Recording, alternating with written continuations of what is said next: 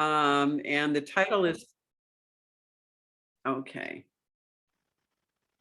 Recording in progress interrupted me. So stories about Native Americans and water. And Jay, I'll let you take it away, and then we'll have time for comments and questions afterwards. Okay, thank you. First, thank you to Marcia for thinking of me and inviting me to do this presentation.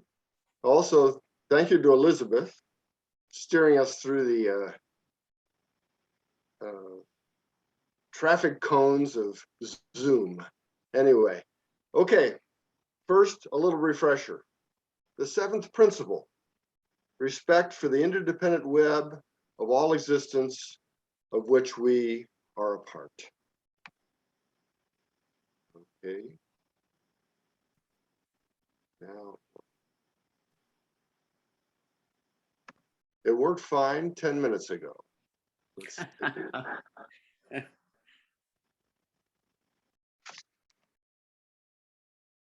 do it that way. Okay, I'm gonna start it over, see if it'll work better. This one, share.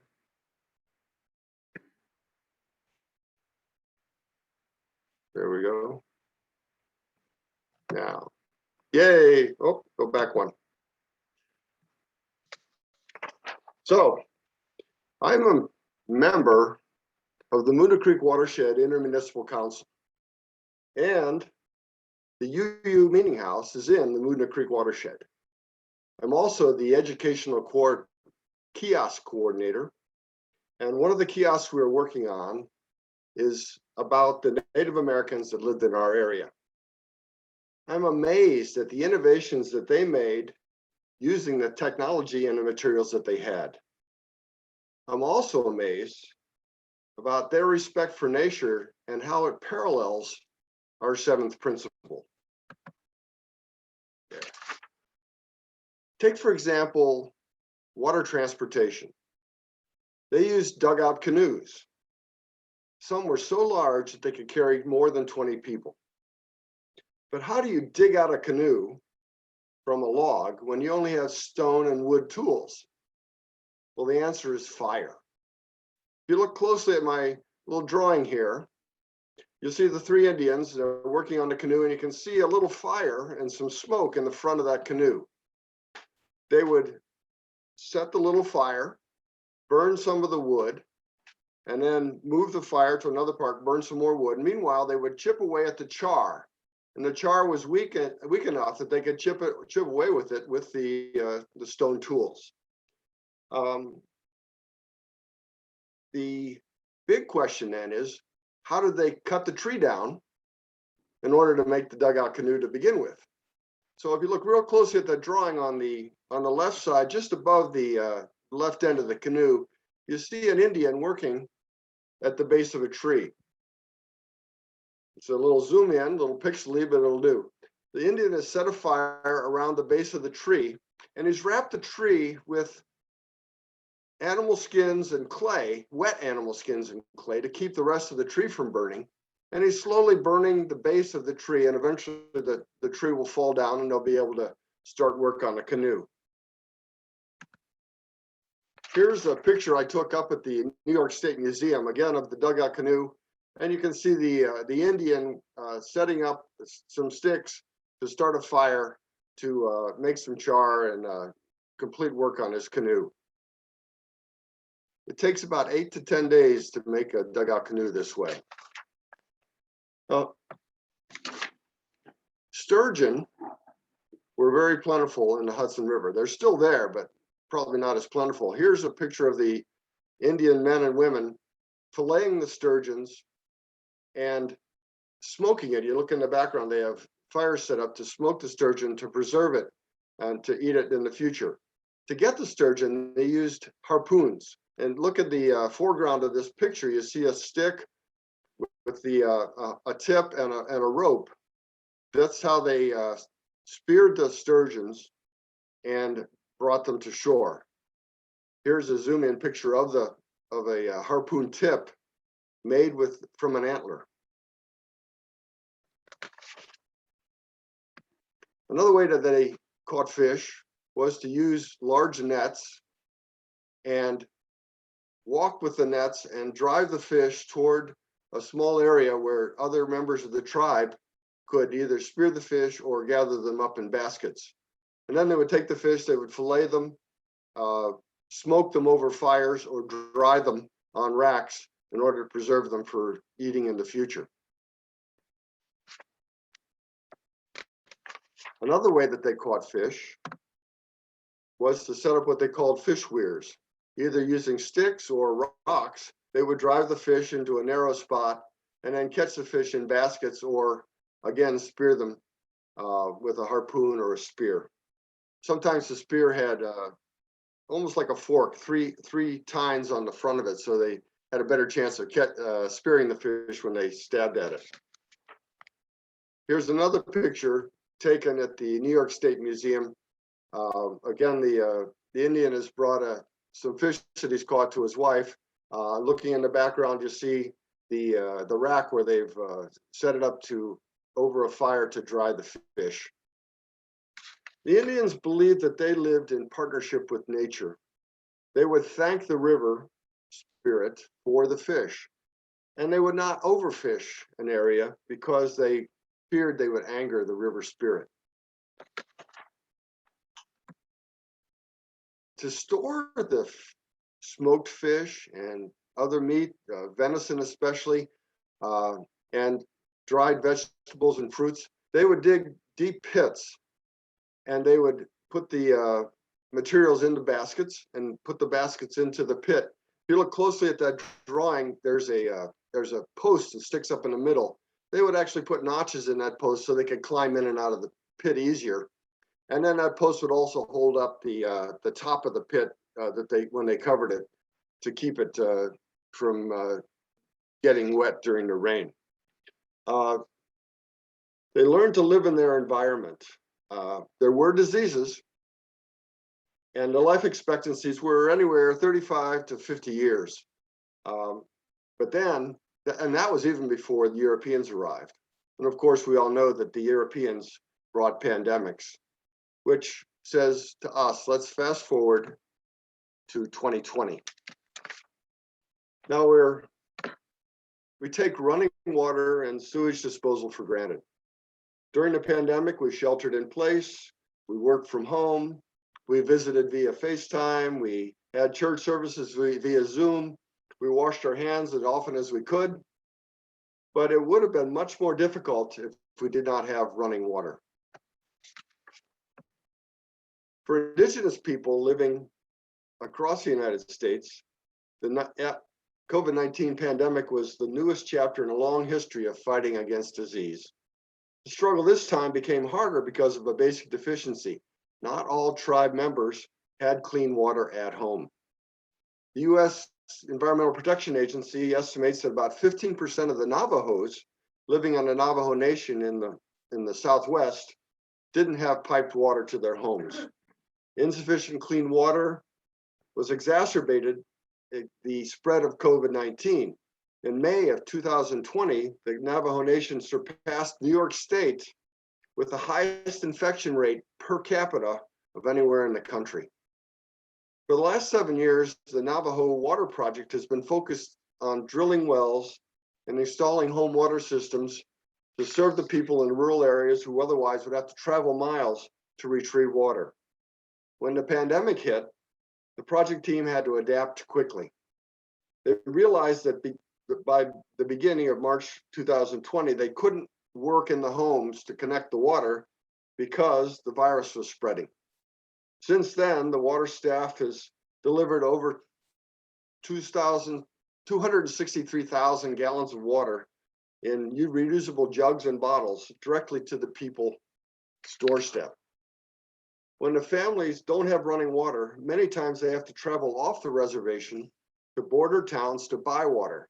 They expose themselves to the COVID unnecessarily, and they are not able to shelter in place. Obviously, bottled water is not sustainable, but in these circumstances, it made sense. The staff realized that water in a bottle was the safest, most hygienic way to get water to the people when they were spread out.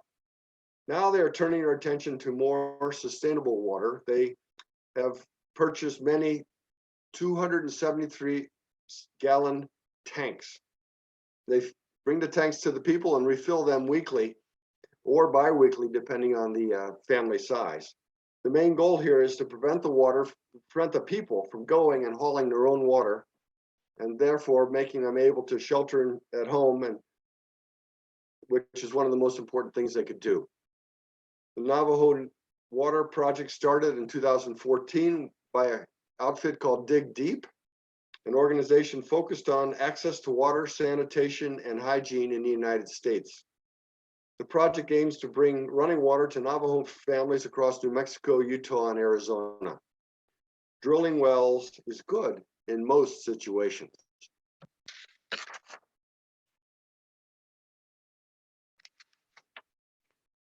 In October of 2002, I was on the board of directors of the Groundwater Foundation out of Lincoln, Nebraska. And they asked me to do an invocation at their awards luncheon coming up at their Groundwater Guardian Conference. As I flew to the conference, I didn't have much of an idea what I was going to say during the invocation. On the plane, I was reading a book called Cradle to Cradle, and there I found the perfect story for the invocation. Professor Kai Lee from Williams College, who is an environmental science professor, and he tells a story about Native peoples and what they think of place. In 1986, Dr. Lee was involved in the plans for long-term storage of radioactive waste at the Hanford Nuclear Reservation in central Washington state. The United States government had produced plutonium for nuclear weapons at that site. Dr. Lee had spent the morning with scientists discussing how to mark the waste sites so that even in the distant future, people wouldn't accidentally drill for water or otherwise bring the harmful waste to the surface. During a break, he saw several members of the Yakima Indian Nation, and their native lands, their traditional lands, included the Hanford Reservation. They had come to talk with federal officials about another matter. The Yakima were surprised. They were even amused about his concern about their descendants' safety. They said, "Don't worry, we'll tell them." The Yakima Indians' concept of themselves and their place, it's not historical, it's eternal. This would always be their land. They would warn others not to mess with the waste that the government had left there.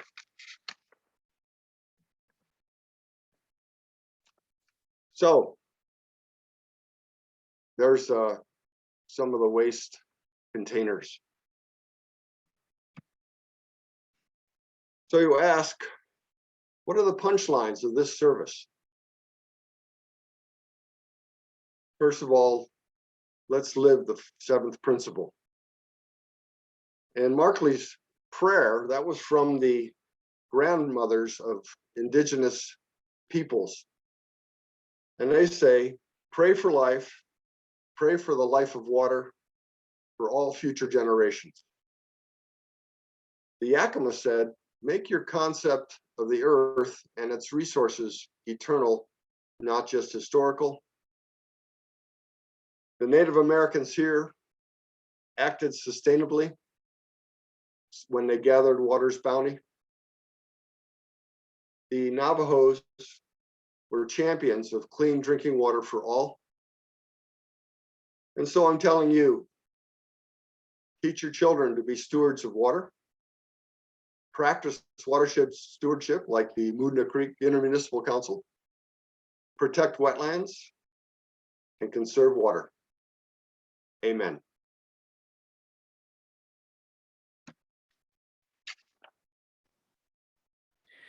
Thank you very much, Jay. Boy, we have to admire the Indians, don't we? I'm going to open it for questions and comments, but I'm going to allow myself to start.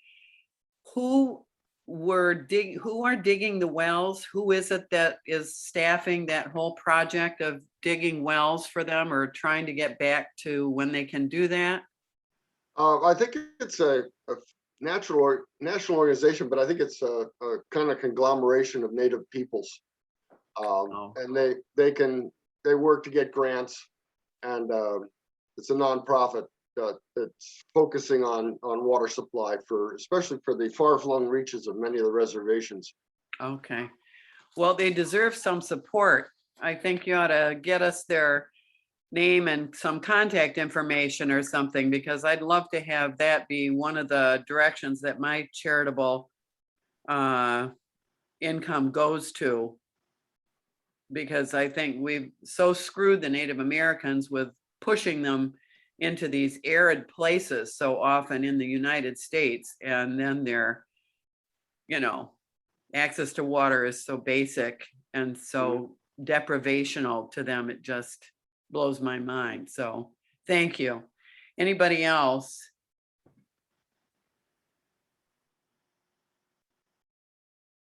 Rose. Can't hear you, Rose. Jay, I wanted to say thank you. I really am very interested in Native Americans in this area and all over. So it's very interesting to see. And I didn't realize that they burned the trees down. That's really fascinating. Thank you very much for a good talk.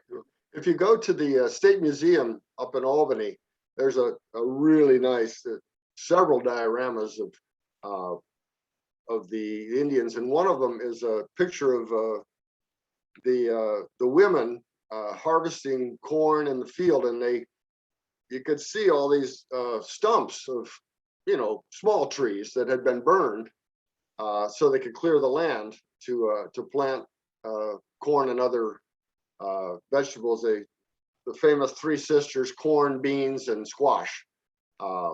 They plant in the fields, and it's really well done up there to see how they lived. Tom McGowan? Yeah, I just wanted to mention about the power of water. Anybody that's seen what's gone on in Louisiana, and then more recently in our area, you just need to take a ride to New Paltz to see the area known as the Flats, which is completely flooded from the Wallkill River.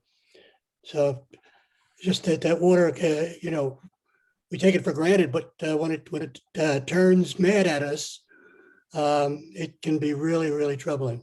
Thank you.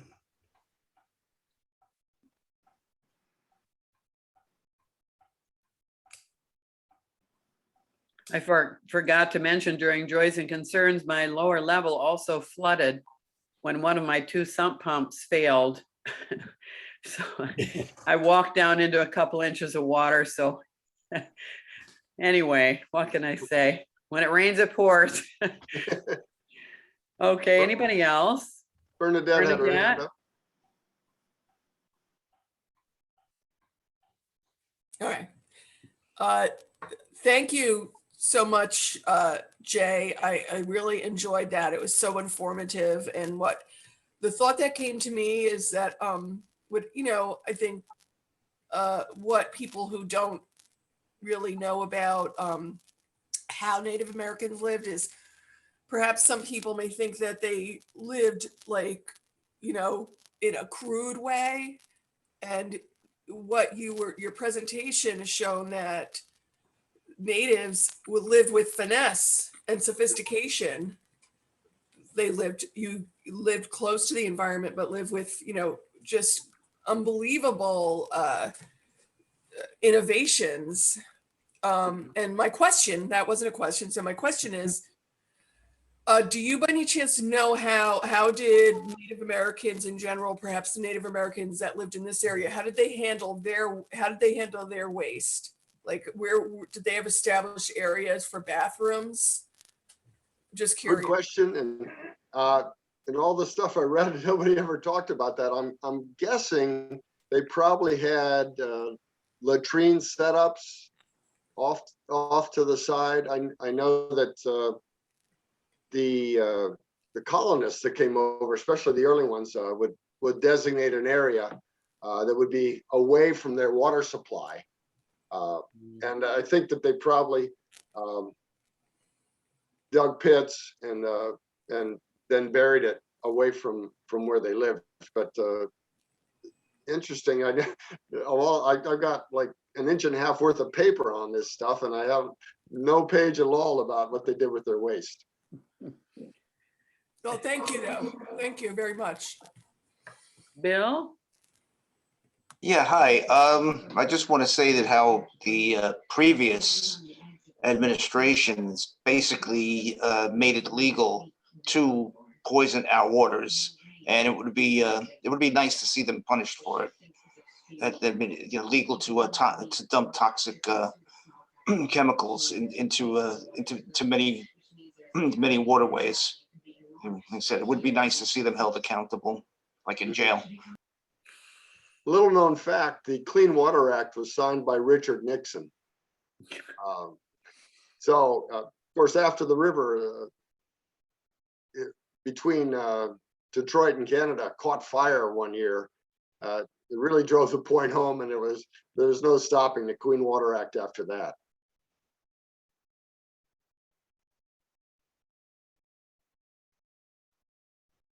And I think that's from something I read was about his last saving grace.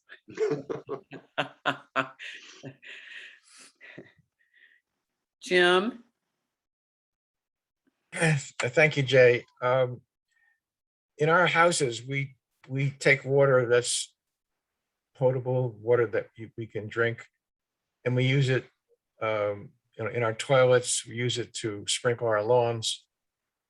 And I guess if you live in an area where there's abundant water, that's not an issue. But in other parts of the country, as I understand it, they separate the systems. They have what they call gray water.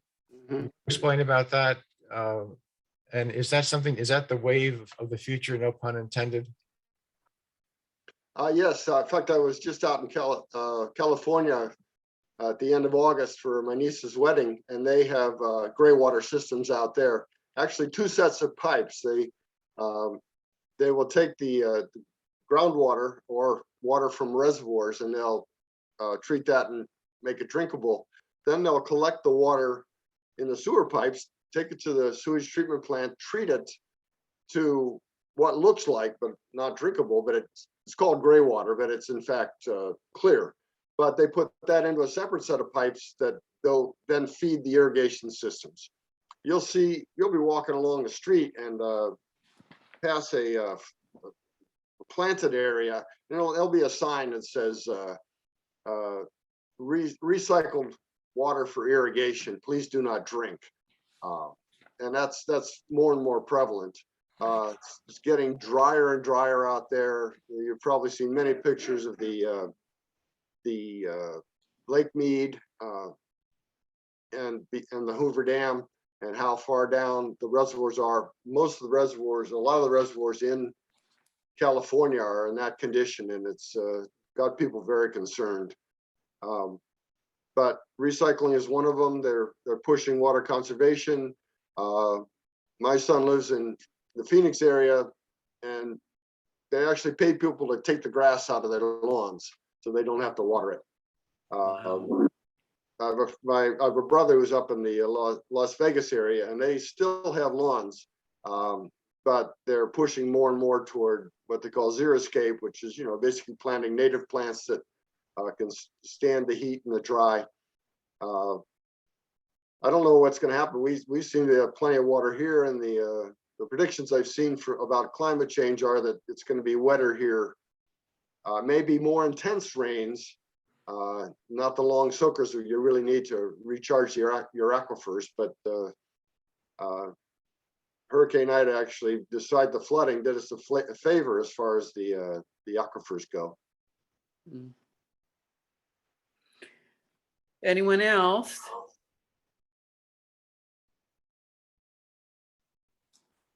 No. Okay. then we're going to stop recording at this point.